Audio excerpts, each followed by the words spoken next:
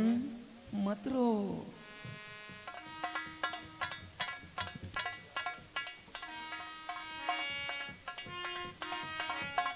भैया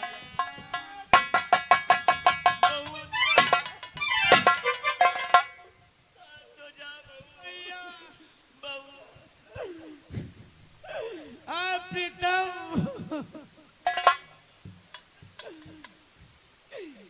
लकी भर गई रो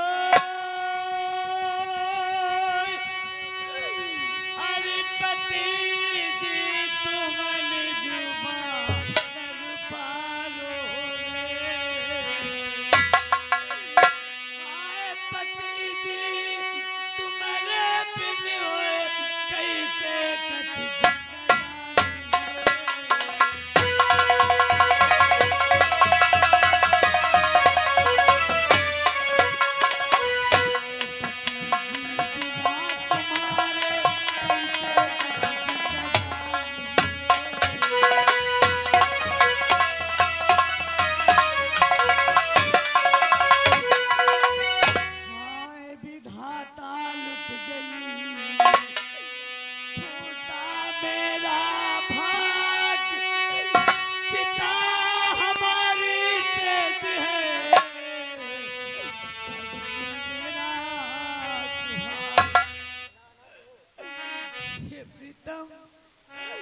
मामा जी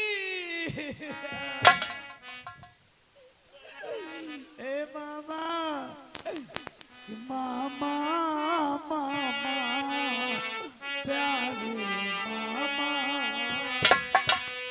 मामा मामा प्यारे मामा अब किसी के जीवता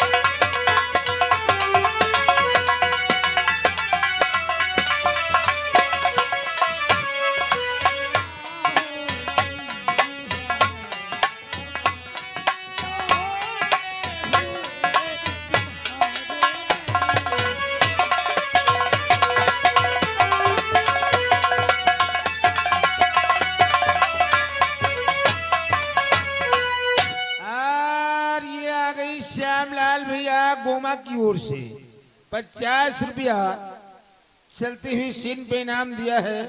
और उत्तरा सुभद्रा के दुख में श्यामलाल भैया भी दुखी हैं। बहुत बहुत धन्यवाद। मामा मामा बतलाओ ये मेरा सुहाग उजड़ गया, मैं किसके सहारे जीऊं? क्यों क्यों ऐसा हो गया आपके होते हुए मामा? मत रो बेटी, मत रो बेटी। कि हे पोत्री अब इस समय बोलन ऐसे बोल, रोने से यदि जी उठे तो रो लो जी खो। हे बेटी, अब रोने धोने से कुछ होने वाला नहीं। क्यों न रो बाबा? मत रो बेटी। और जिस रिश्ते के लिए तुम इतना रुदन करती हो बेटी, ये रिश्ते नाते सभी तो दिखावे हैं इस संसार के मध्य। ना तो किसी का कोई भाई है, ना किसी की बहन, ना तो किसी का कोई माँ बाप है। ये सारे रिश्ते दिखावे हैं बेटी। और रही बात तुम्हारे इस रिश्ते की, वो हम बतलाते हैं बेटी। कि देहली तक पत्नी का नाता, पौली तक माँ का नाता है।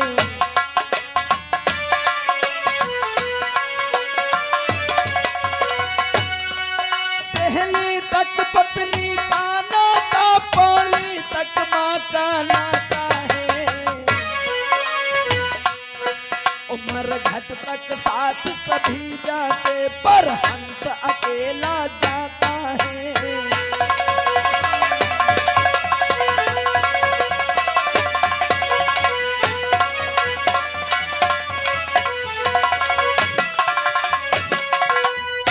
बेटी, इस संसार के मध्य पति के लिए पत्नी का रिश्ता सिर्फ घर की दहलीज तक होता है, पुत्र के लिए माँ का रिश्ता द्वार की गलियों तक होता है, प्राणी के लिए कुटुंब परिवार का रिश्ता अंत समय मरघट तक होता है। किंतु प्राणी सदैव अकेला आता है और अकेला ही जाता है। बेटी, अगर ये तुम्हारा सब कुछ होता, तुम्हारा सहारा होता, तो सोचो, विचार करो, भला तुम्हें छोड़कर क्यों जाता बेटी?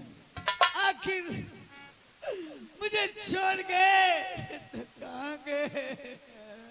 बेटी, ये तुम्हारे कुछ नहीं थे, ये बता रहे हैं, सारे रिश्ते नाते सब दिखावे हैं। बेटी, ये स्वयं अपने पिता श्री अर्जुन से पूछे, क्योंकि ये तो चंद्रदेव का पुत्र था, जो मात्र इतने दिन के लिए धरोहर स्वरूप हस्तिनापुर आया था। उसका समय पूर्ण हुआ, वो स्वयं अपने पिता श्री चंद्रदेव के पास चंद्रलोक चला गया। बेटी, क्या मेरे पति चंद्रलोक गए हैं? हाँ बेटी। तो मामा, मामा, मैं तुमसे विनती करती हूँ मामा, मामा, कि मामा, मामा, प्यारे मामा, मैं चंद्रलोक को जाऊंगी।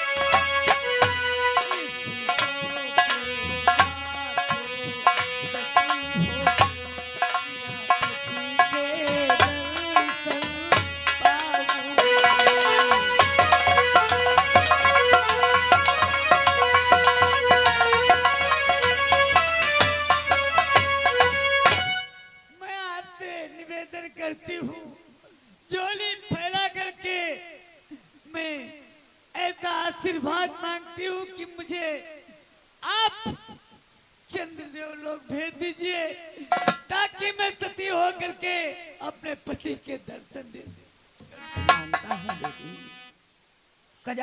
कदाचित तुम्हारे विचार तो सत्य हैं, किंतु बेटी तुम सती नहीं हो सकती हो। क्यों?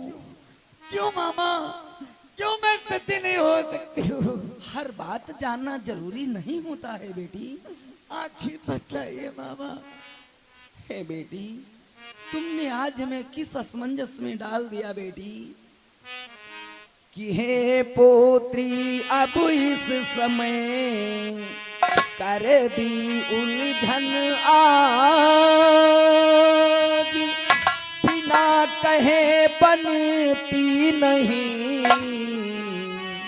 कहते आती लाज। कैसी लाज मामा जी? बेटी, जब तुम जिद ही करती हो तो हम अवश्य बतलाएंगे। मानता हूं ये सती प्रथा का नियम संसार के मध्य चलता है, पति के साथ में सतियां सती होती हैं, किंतु तुम सती इसलिए नहीं हो सकती हो क्योंकि इस समय तुम गर्भावस्था से हो, तुम्हारे उदर में दूसरा जीवन पल रहा है, अपने साथ साथ दूसरे जीव की हत्या करने का तुम्हें कोई अधिकार नहीं है बेटी। क्या ऐसी बात है मामा जी, तो मैं आपसे निवेदन करती हूँ, झोली फैला करके मैं आपसे भीख मांगती हूँ मामा जी। क्या कहना चाहती हो बेटी? मैं आज रड़ा पे का आंचल फैलाती हूँ, मुझे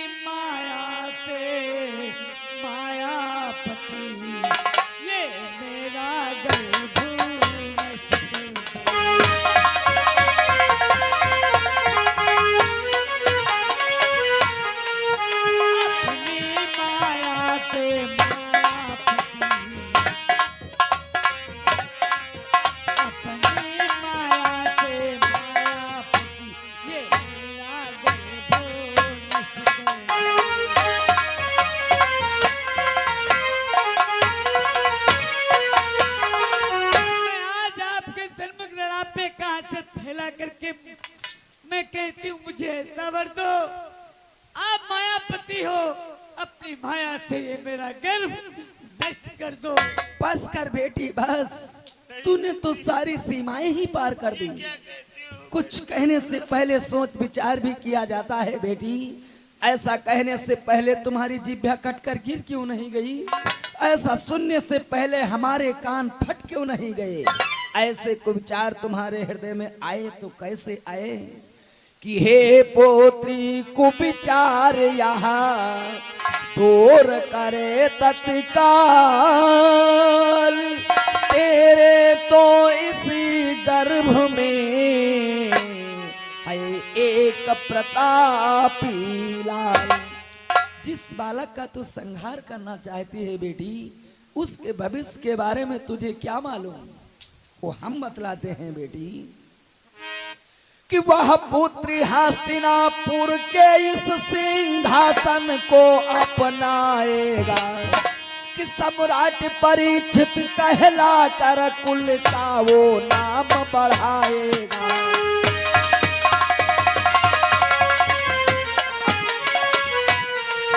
सम्राट परीक्षित कहला कर कुल का वो नाम बढ़ाएगा।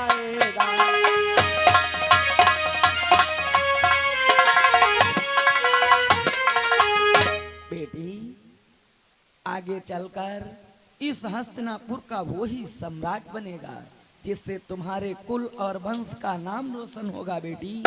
इसलिए अपने स्वार्थ के लिए नहीं, किसी के स्वार्थ के लिए नहीं बेटी, अपने कुल और वंश की मर्यादा को बचाने के लिए बालक को जीवन दान दो। हे बहन सुभद्रे, समझाओ बेटी को, इसे ले जाओ महलों को। हाँ भैया, बहू शांत हो जाओ बहू, और महलों को चलो। अब मन्नू का दाह संस्कार होना है बहू।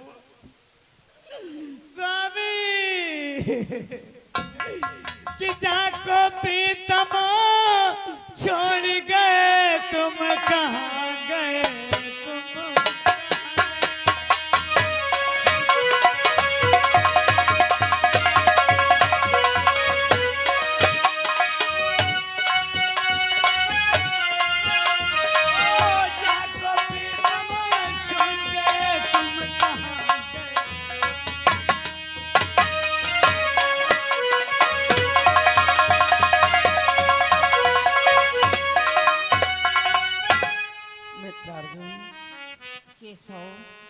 अधिक शोक करना भी व्यर्थ है, इससे अच्छा है चलो अभिमन्यु का अंतिम संस्कार करते हैं। अंतिम संस्कार तो होगा ही केशव, उससे पहले मैं आपसे कुछ कहना चाहता हूँ।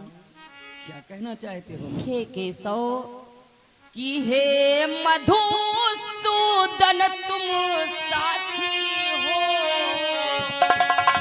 चरणों को छू कर करता हूँ।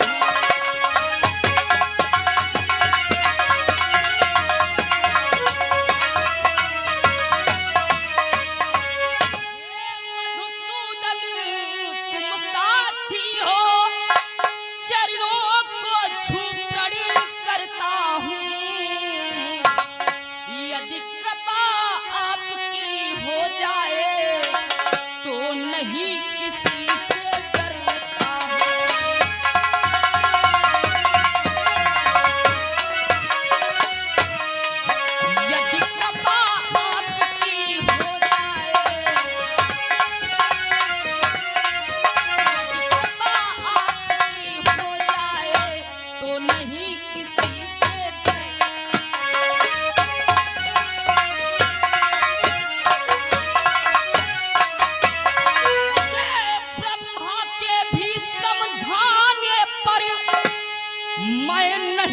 तजूंगा निज प्रण को, मैं नहीं तजूंगा निज प्रण को, कल सूर्यास्त के पहले ही मारूंगा दुष्ट।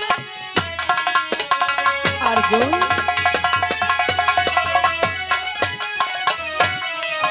कल सूर्यास्त के पहले ही मारूंगा दुष्ट जयद्रथ को।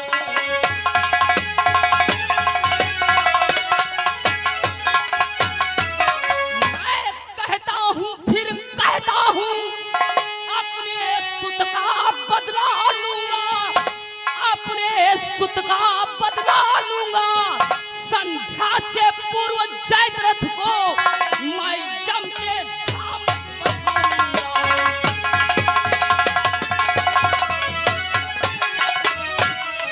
संध्या से पूर्व जयद्रथ को मैं यम के धाम।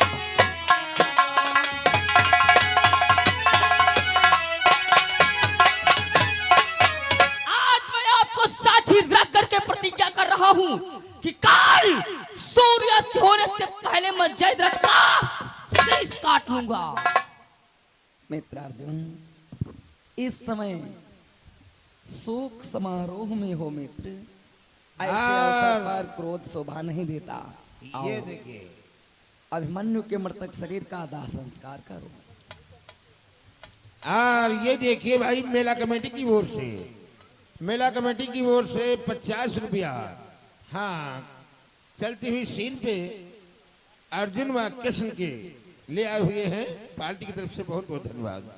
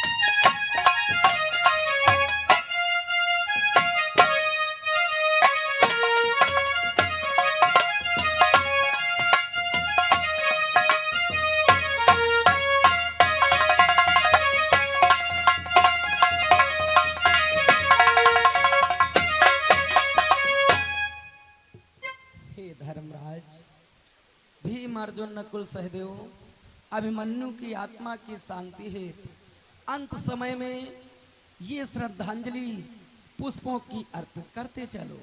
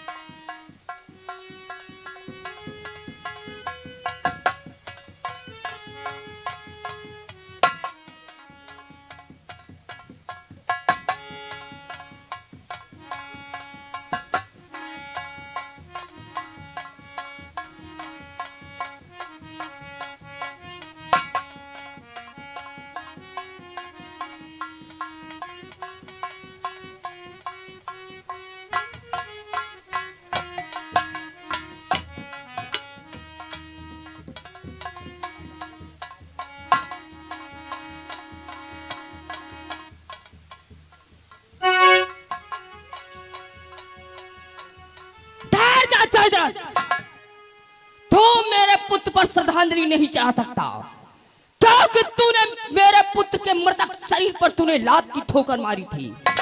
और मैंने तेरे लिए प्रतिज्ञा भी किया है कि कल सूर्यास्त होने से पहले मैं तेरा शीश काट लूंगा। दूसरी भी मेरी प्रतिज्ञा है, यदि मैं कल सूर्यास्त होने से पहले मैं तेरा वध न कर सका तो मैं चिता में बैठ करके भस्म हो जाऊंगा। मित्र अर्जुन, इस अवसर पर क्रोध तुम्हें शोभा नहीं देता है। इससे अच्छा है अपने पुत्र का दाह संस्कार करो मित्र।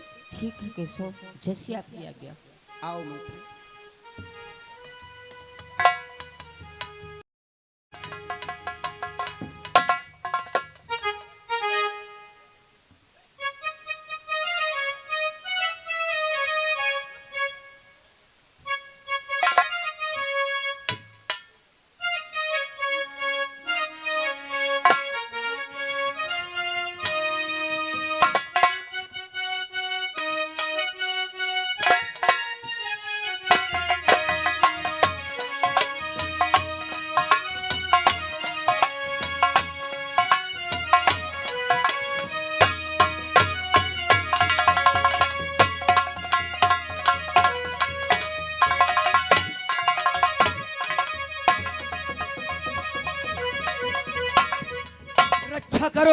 रक्षा करो गुरुदेव, गुरुदेव रक्षा करो दुर्योधन, मेरी रक्षा करो दुर्योधन।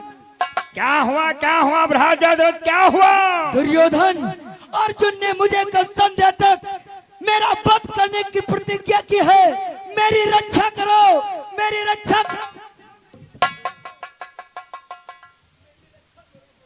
क्या अर्जुन ने कल प्रतिज्ञा की है सूर्यास्त से पहले तुम्हें संहारने की? गुरुदेव जयद्रथ के प्राणों की रक्षा। भाग जा भैया जयद्रथ, तू भाग जा।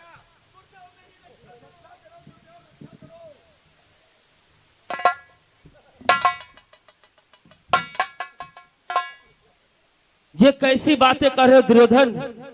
उस बात को ध्यान में रखो। तुमने ही कहा था कि सेनापति को राजाओं के सम्मुख बोलने का अधिकार नहीं। आज तुम राजा और मैं सेनापति, तुम्हारे सम्मुख तो मुझे बोलने का अधिकार ही नहीं, फिर मैं इसकी रक्षा किस प्रकार से करूं? गुरुदेव, मेरे अपराध को क्षमा कर दो, मेरी भूल थी इसलिए मैंने कहा था गुरुदेव, लेकिन अब जयद्रथ के प्राणों की रक्षा करो गुरुदेव। अच्छा, अपने पर आई तो बहुत दुखी हो रहे हो, और उस दिन क्या कह रहे थे? धर्म के ठेकेदार नहीं, तुम धर्म के ठेकेदार नहीं हो, और आज जब तुम पर आ गई है तो धर्म की दुहाई दे रहे हो। गुरुदेव देखो, गुरुदेव, जयद्रथ के नहीं, बहन दुशाला मुहतन देखो, बहन दुशाला रो रो के मर जाएगी, इसलिए जयद्रथ के प्राणों की रक्षा करो। गुरुदेव, आप सेना के सेना नायक है, आपका कर्तव्य है सेना की रक्षा करना, इसलिए आप रक्षा करो। दुर्योधन, कितनी बार तुझे क्षमा करूं? मुझे तो ऐसा लगता है कि एक दिन तुझे क्षमा करते करते मेरी तो झोली कम पड़ जाएगी, किंतु क्या करूं? तुम्हारी सेना का सेनापति हूं, तुम्हारी सेना की रक्षा का दायित्व हम पर है, इसलिए मैं मजबूर हूं और जयद्रथ की रक्षा अवश्य करूंगा। ठीक है दुर्योधन, मैं तत्काल अभी कमल व्यूह की रचना करूंगा। कमल व्यूह? ये कमल व्यूह क्या होता है गुरुदेव? दुर्योधन, कमल व्यूह एक कमल पुष्प के समान होता है। जिस प्रकार से हम सभी योद्धाओं को चक्र व्यूह में संगठित किया था, उसी प्रकार से जयद्रथ को बीच में रखो और चारों तरफ सभी योद्धाओं लग जाओ, और वह अर्जुन आएगा। उसने प्रतिज्ञा की है कि संध्या तलक जयद्रथ को मार डालेगा, अगर नहीं मार पाया तो अपने प्राणों को त्याग देगा। इसलिए मैं कमल व्यूह की रचना कर रहा हूँ। जयद्रथ को बीच में रखो और चारों तरफ सभी योद्धा लग जाओ। वह अर्जुन हम सभी से युद्ध करता रहेगा, पूरा दिन ऐसे ही व्यतीत हो जाएगा, और संध्या होते ही जयद्रथ के प्राण बच जाएंगे और अर्जुन को अपने आप को अग्निदाह में प्रवेश करना पड़ेगा। वाह गुरुदेव, विचार आपका सर्वश्रेष्ठ अथवा उचित है। शीघ्र ही कमल में की रचना। जयद्रथ को बीच में करो, अंगराज करण आगे को बढ़ो। क्या देख रहे हो?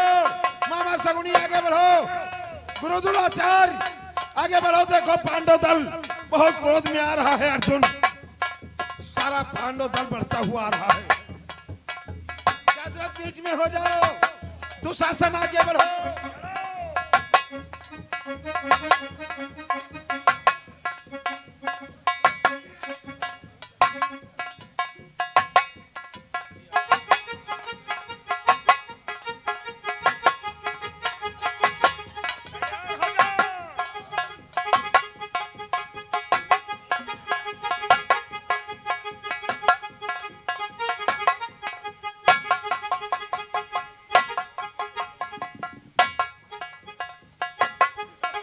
ठहर जाओ। दादाश्री, अरे अब तो सूर्यास्त हो गया। अर्जुन की प्रतिज्ञा अधूरी रह गई। जयद्रथ तो बच गया, लेकिन अब मरने की तैयारी अर्जुन की है।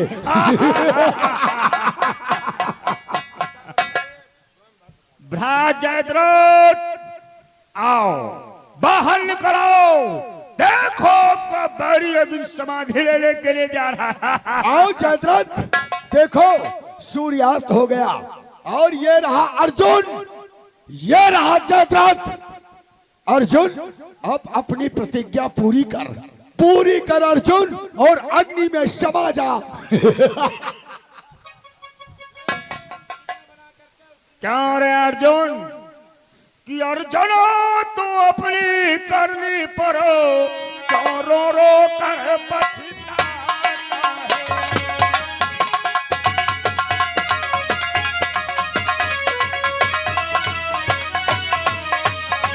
अर्जुन तो अपनी करनी पर क्यों रो रो कर पछताता है। किस बहुर प्रिय पर पंछी पर अब भी तू मोह दिखाता है।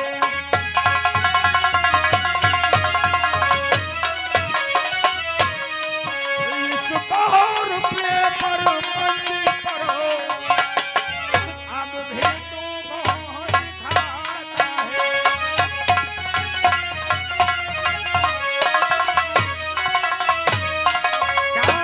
अर्जुन अपने ही करने पर रो रो कर पछता रहा है। अरे दुर्योधन, कि मुझको चाहे जो भी कह ले, मैं सभी सहन कर सकता हूँ, मैं सभी सहन कर सकता हूँ। अनुचित जो कहा कृष्ण जी को, मैं प्राण अभी हर सकता हूँ।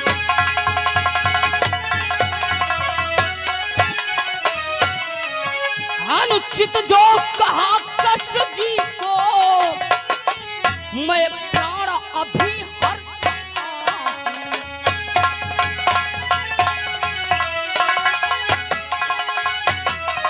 तुझको जो भी कहना हो मुझे कह ले, लेकिन श्री कृष्ण के बारे में अगर अनुचित कहा तो मैं तेरे प्राणों को हरण कर लूंगा। ओ अर्जुन, अपने जिह्वा को रोक ले।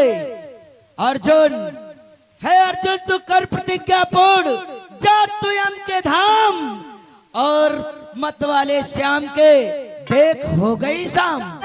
अति शीघ्र अपनी प्रतिज्ञा का पूर्ण कर।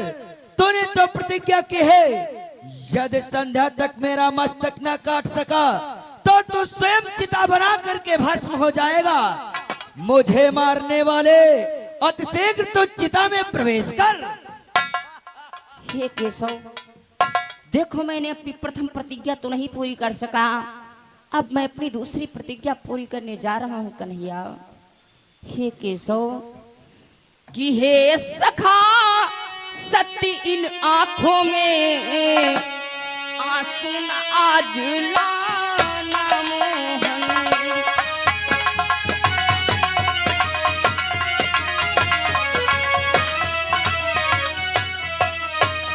ये सखा सत्य इन आंखों में आंसू न आज लाना मोहन। मोहन मेरे मर जाने के पीछे बस मुझे भूल जाना मोहन।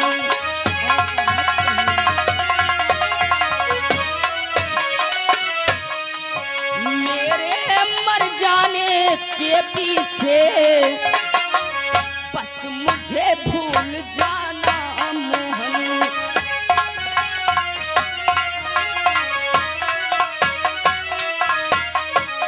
जो याद करे इस दुनिया में संतना उसे दे देना तुम। चार ही पांडु के बेटे हैं भगवान समझ लेना तुम।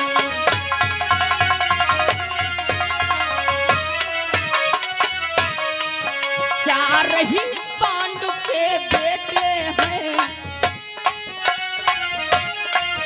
चार ही पांडु के बेटे हैं भगवान समझ लेना तुम।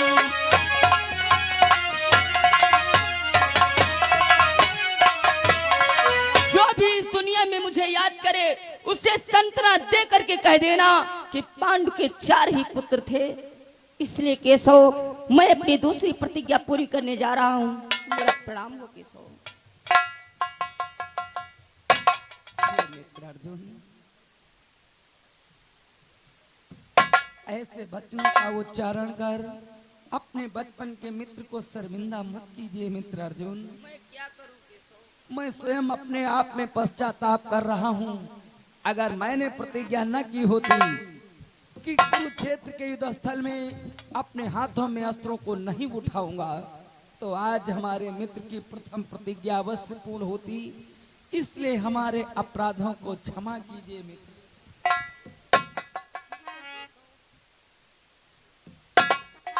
लेकिन ठहरो मित्र, कि ठहरो जलने के प्रथम गले मिलो हैं भ्रात। अपने जीवनी बंधु से कर लो तो दो।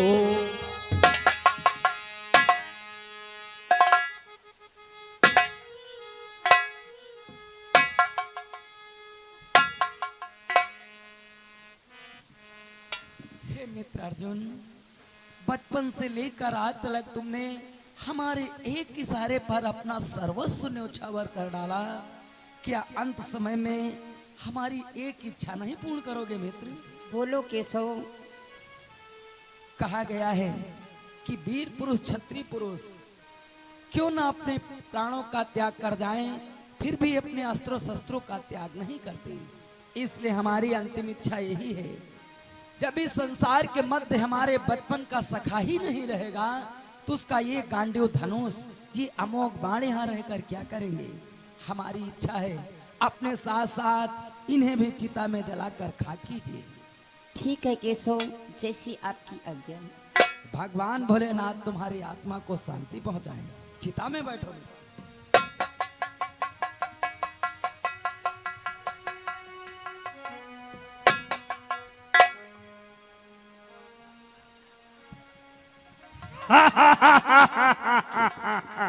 क्यों रे अर्जुन?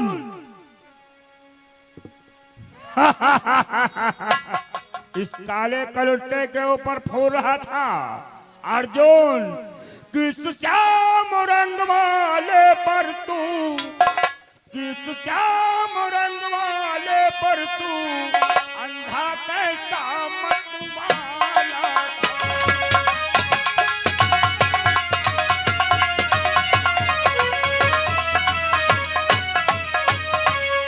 श्याम रंग वाले पर तू अंधा होकर मतवाला था। यह बाहर से तो काला है, अंदर से भी ये काला है।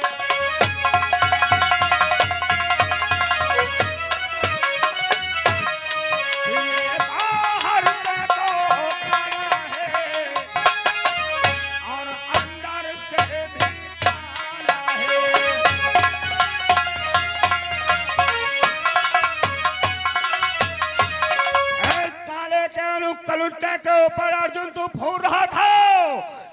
जितना बाहर से काला दिखता है उतना अंदर से भी काला है। समाधि ले ले अर्जुन।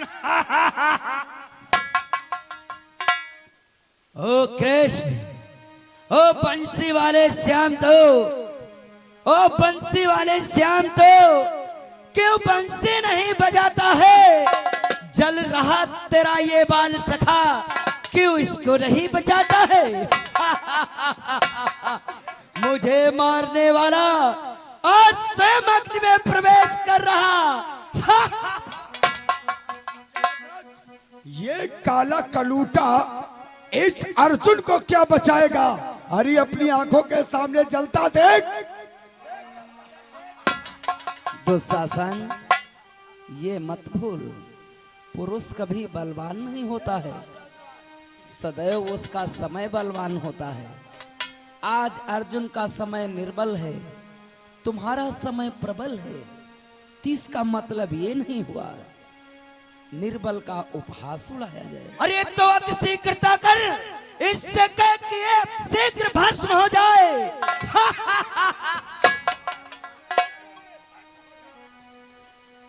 जयद्रथ,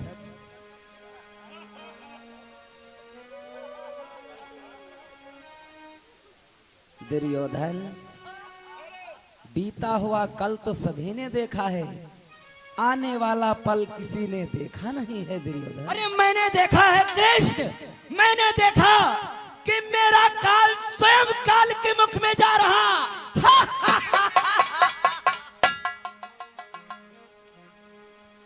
ओम नमः शिवाय।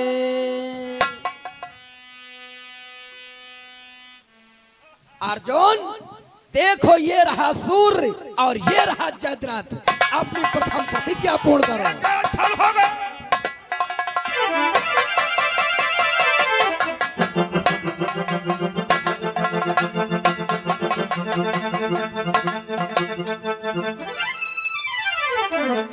धन्य है केशव, आपकी लीला अपरंपार है। आपकी कृपा से आज मेरी विजय हुई। मैं आपको बारंबार आयुष्मान भव। हे मित्र अर्जुन, तुम्हारी प्रथम प्रतिज्ञा पूर्ण हुई, हम अति प्रसन्न हुए। चलो कल के युद्ध के लिए नई रणनीतियां तैयार करते हैं। चलो केशव।